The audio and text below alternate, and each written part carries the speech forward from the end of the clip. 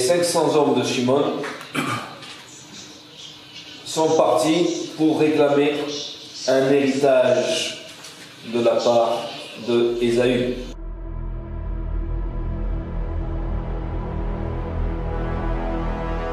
Ce que nous faisons ici, avec très peu de monde, va être observé et déjà attendu par beaucoup de monde.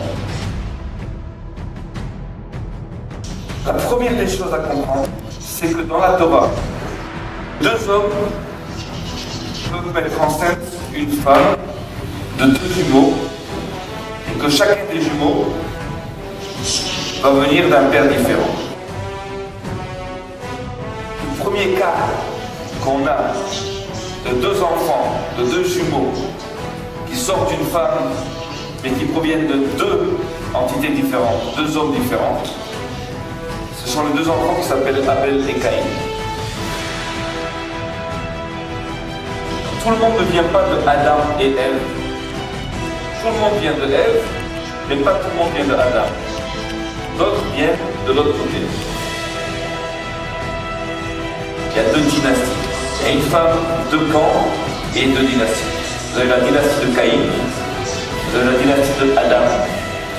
Deux dynasties. Et ces deux dynasties vont se mêler.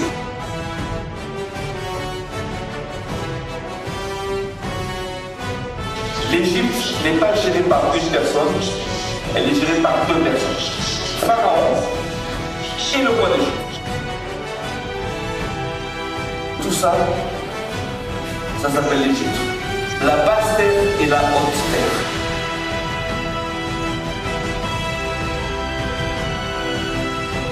Toute cette zone-là était un et un seul pays.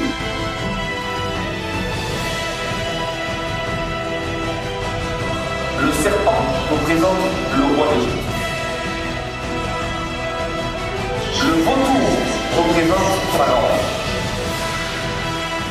Sur la couronne de Toutankhamon, vous avez un serpent et un vautour. Ça c'est Pharaon roi d'Égypte. Quand il y a écrit Pharaon roi d'Égypte, ça veut dire que Pharaon, à ce moment précis, n'a pas de numéro 2. Il n'a pas de roi sous lui. Et il joue le rôle des deux. Pharaon, c'était le banquier d'Égypte. Le premier pharaon d'Égypte était un banquier en charge du trésor.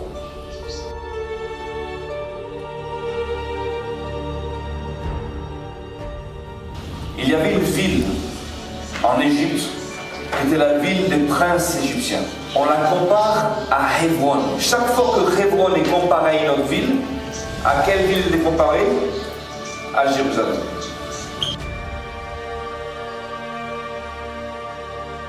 Vous êtes appelés des Tsoanim en hébreu. Voici comment on écrit Tsoam Mitzrayim en hébreu.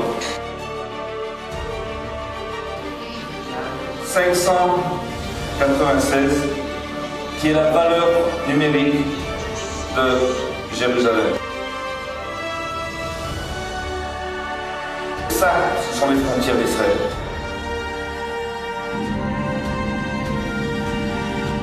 La première indication qui a attiré mon attention, c'est tout simplement la consonance de deux mots.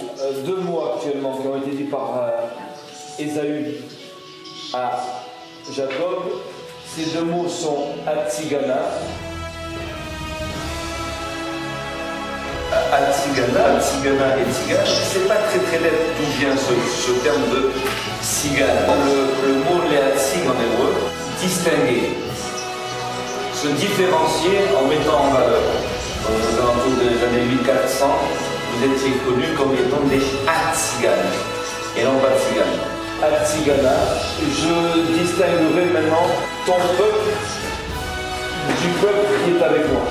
En hébreu, ça fait Shimon. Min Esav. Le Rambam de Shimon me dit, il vient d'Ésaü.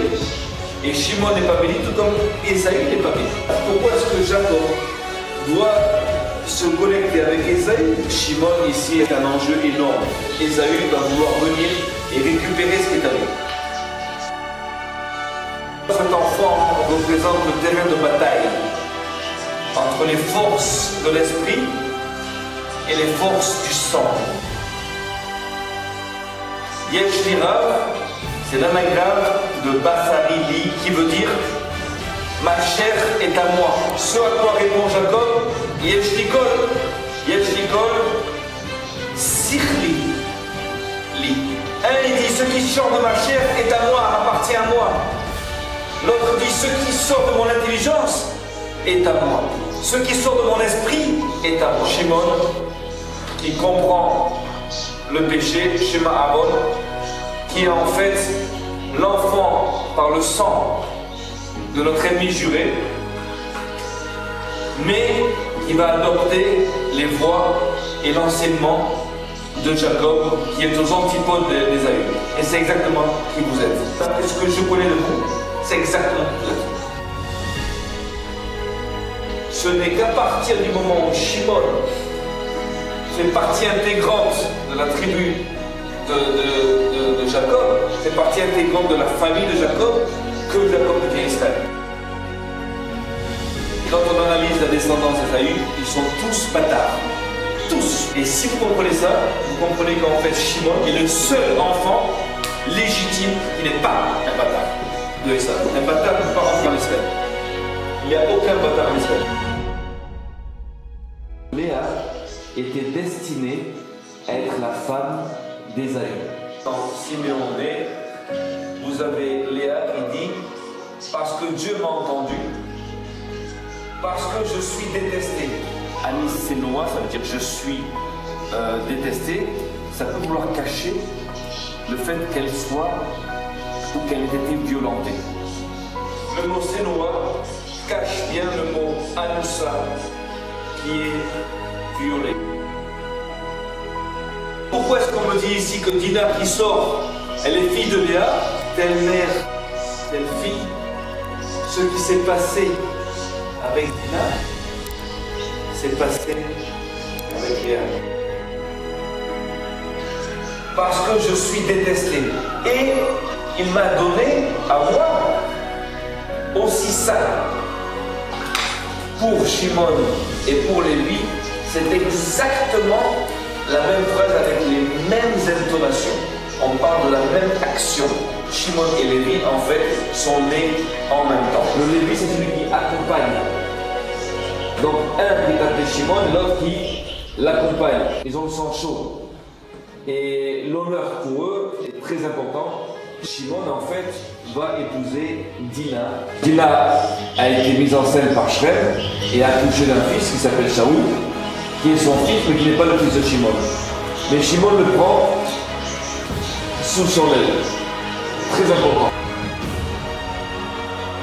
Shimon et Shrem, dans un temps très court, se sont unis à Dina. Et nous avons ici deux enfants qui sont... Un qui s'appelle Shaoul et l'autre Osnat. C'est très technique ce que je vous dis, très technique, c'est lourd, c'est ennuyeux, mais c'est très important. Parce que ce qu'on fait ici, maintenant j'expose tous les points qui sont enregistrés sur les caméras, non seulement pour vous, mais pour les autres qui vont pouvoir les étudier par la suite. Shimon est en fait le père de Osnat. Ephraim et Ménaché sont les petits-fils de Shimon. Ménaché, le fils de Joseph, a mis les mains sur l'épaule de Shimon. Et là, Shimon déclare: mon Dieu, quelle force! Seulement un homme de la maison de mon père a une telle force. De la maison de mon père. Shimon est aux antipodes de Joseph. Et il est le fils de celle qui est aimée, qui s'appelle Rachel. Et Shimon est le fils de la détestée, qui s'appelle Léa. Il y a un antagonisme et une guerre entre les deux. Ils ne peuvent pas s'entendre. Shimon est celui qui dit: voici le maître des rêves qui approche, celui qui domine les rêves, celui qui manipule les rêves. Shimon, c'est lui qui va prendre Joseph et qui va le mettre dans le trou. Joseph met Shimon en prison à leurs yeux, c'est-à-dire apparemment en prison. Une fois qu'ils sont partis, Il a fait sortir Shimon de prison pour lui expliquer et lui dévoiler qui il était avant les autres et lui présenter ses petits-fils, Ephraim et Ménaché, enfants de Joseph et enfants de Shimon. Shimon et Joseph deviennent un par Ephraim et Ménaché. Donc nous voyons aussi que Ephraim, Ménaché et Shimon sont ensemble. Ménaché, Ephraim et Shimon vivent ensemble. Sur le drapeau de Shimon, il y a la ville de Shrem. Dans cette ville-là est enterré Yosef. Yaakov a béni le peuple d'Israël, mais avant ça, il bénit Ephraim et Ménaché. Et avant ça, il bénit Ephraim en premier. Il est écrit que Ephraim est le premier-né. Et ensuite, il dit, ces deux enfants sont à moi. Et ces deux-là, ils sont à moi. Ah, ça, ils sont à moi. Comment ils sont à moi? Alors là, je reviens en arrière. Il y a écrit Vayavo Gam El Rachel. Ça veut dire il est venu, il s'est uni aussi à Rachel. À ce moment-là, si Jacob s'unit à Rachel, elle est enceinte.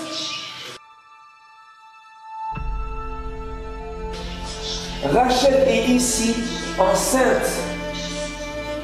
Elle est enceinte avant que Dieu voit que Léa est détestée et qu'il décide que Rachel serait stérile. Dieu décide que Rachel doit être stérile après qu'elle était enceinte, après que Jacob soit venu sur elle. Comme ça le texte nous présente. Rachel voit qu'elle n'avait pas accouché, elle n'avait pas donné d'enfant à Jacob. Elle n'a pas enfanté. Il n'y a pas écrit, elle n'a pas conçu pour Jacob.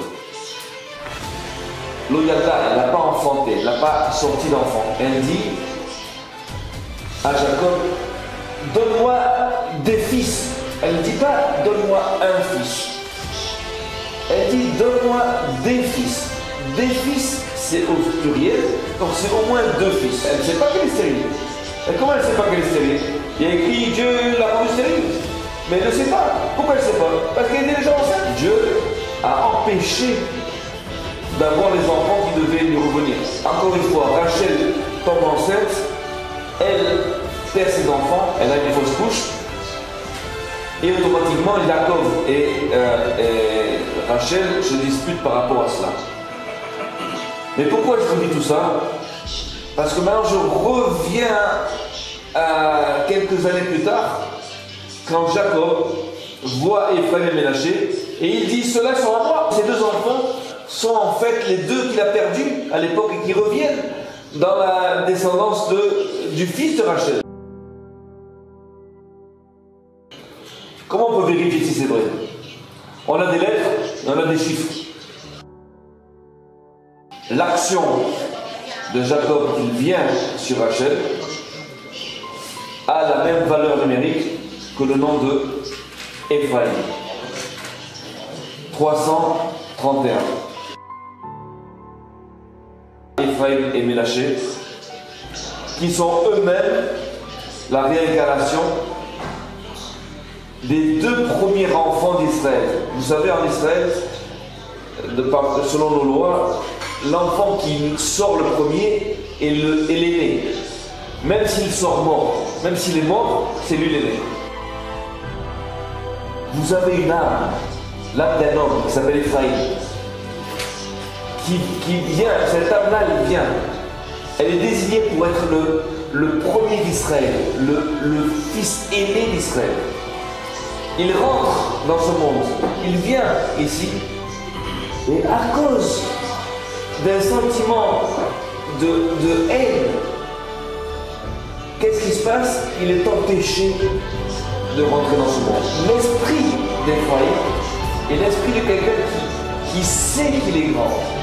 Il sait qu'il est le premier, mais il arrive le dernier. Donc c'est un esprit qui est frustré, qui sait ce qu'il vaut et qui va agir par rapport à cette frustration génétique, cette frustration qui est innée en lui. Maintenant je mets ça de côté Et je sors de la Torah et je vais essayer de rentrer un petit peu dans le monde tout aussi obscur des tziganes.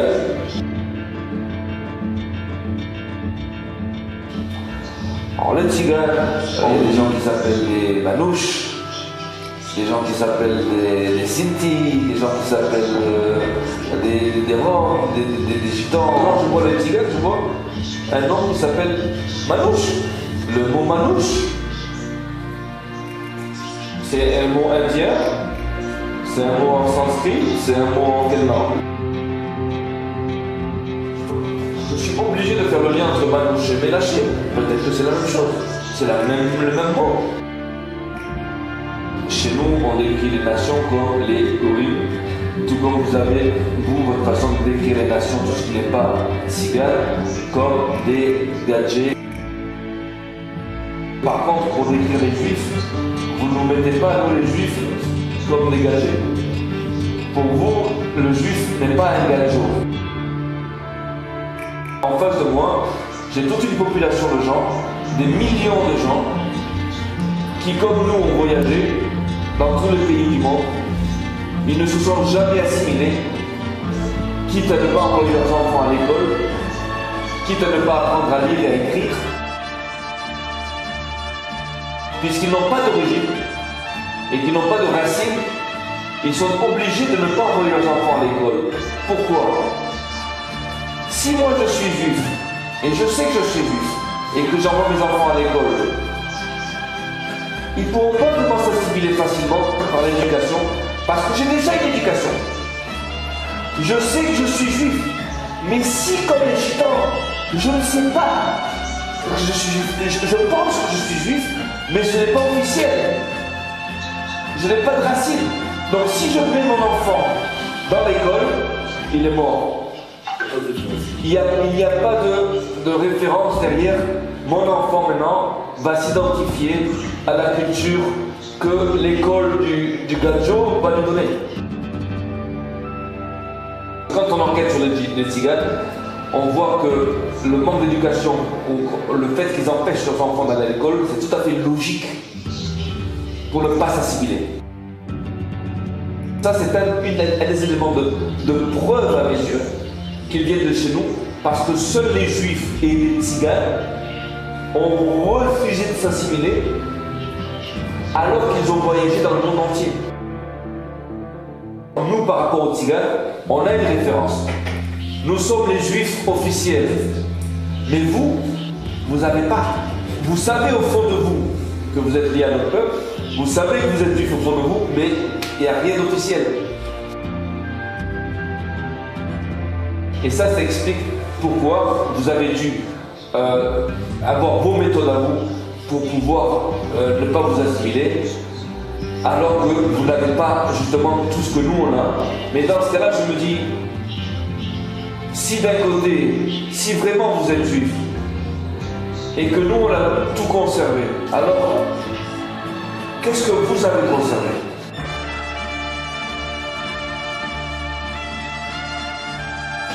Est-ce que c'est possible que vous ayez conservé quelque chose que nous on n'a pas conservé?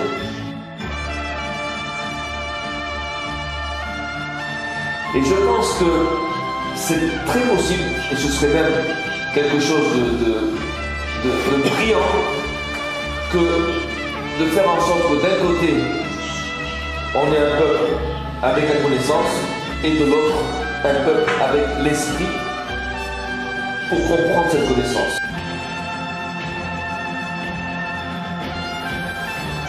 On ne comprend pas l'origine. Et ça, c'est la réalité qu'il nous faut accepter. Si d'un côté, les Arabes nous appellent le peuple du livre, et que les gens du Nord, pas les Arabes, c'est les autres qui nous appellent les gens du vent, ou les gens de l'esprit, parce qu'en hébreu, roi, c'est le vent, mais c'est aussi l'esprit. Si nous sommes ses enfants et qu'il nous a protégés, et que vous êtes aussi de notre peuple, et qu'apparemment il vous a aussi protégés, parce que vous êtes toujours vivants aujourd'hui, je pense que la seule chose que vous avez conservée, c'est en vous la possibilité ou un esprit particulier, ou quelque chose qui va nous aider à tous à comprendre ces livres-là. Pour pouvoir faire un antidote à un poison, il faut du poison. Tout ce qu'il nous faut comprendre aujourd'hui se trouve dans des petites choses, pas dans des grandes choses.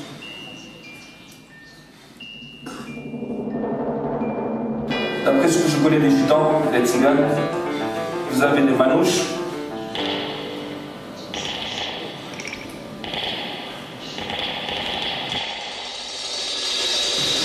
vous avez des sinti,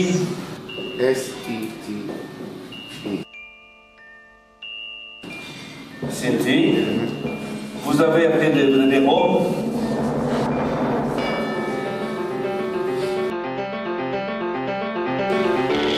après vous avez des ritanos, en leur langue ça s'appelle des ritanos.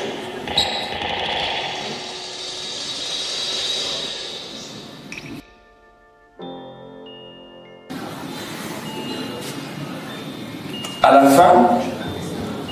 la fin, vous allez comprendre comment vous venez vous-même de chinois.